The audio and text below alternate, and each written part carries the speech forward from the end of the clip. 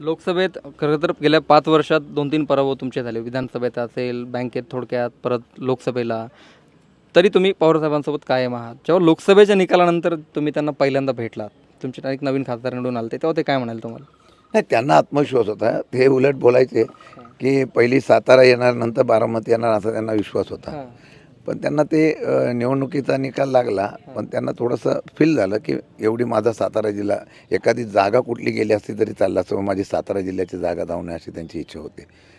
पण गेल्यानंतर त्यांनी मला खरंच सांगतो, देवाशपथ सांगतो, म्हणजे निष्ठावंत असल्याचा फायदा काय असतो तो असतो. गेल्यानंतर त्यांनी मला सांगितलं, तू काळजी करू नकोस. नेत्यात एवढं मला भेटलेलं पाठबळ फार असतं. आणि म्हणून मला कधी दुःख वाटलं नाही की मी लढलो पडलो किती वेळा. कारण मी जेव्हा लढतो तेव्हा मला माहिती आहे की सगळे एक होतात, फक्त जनता माझ्यावर असते.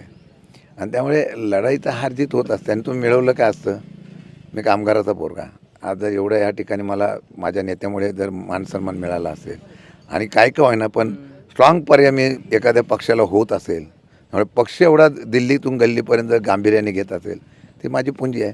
आणि त्यामुळे निष्ठावंताची कदर काय असते ती पवारसाहेबांकडे असल्यामुळे मी ठरवलेलं आहे पवारसाहेबांच्या बरोबर राहायचं. मग आमदार आणि मंत्री आणि खासदार होण्यापेक्षा त्यांच्यावर राहिलेल्याचा मानसन्मान मला महाराष्ट्रात फार मिळतो आहे. ती मला वाटतं की ते सगळ्यात चांगलं मला मिळालेलं बक्षीस आहे. पण त्यांना सातारा गेल्याचं फार दुःख झालं असेल ना, कारण हा जिल्हा त्यांना खूप मानणार आहे. 100% म्हणजे शेवटी त्यांना बाकीचं काय नव्हतं, हा जिल्हा जातीवाद्यांच्या हातात जाऊ नये अशी त्यांची प्रामाणिक इच्छा होती. आणि त्यामुळे ते मनापासून त्यांना थोडंसं सल झाली की यशवंतराव चव्हाणांचा जिल्हा आता शेवटी हा भाजपच्या आणि महायुतीच्या ताब्यात गेला, जातीवाद्यांच्या ताब्यात गेला. ही सल आहे, ती काढण्याचा मी लढाई करण्याचा प्रामाणिक प्रयत्न केला.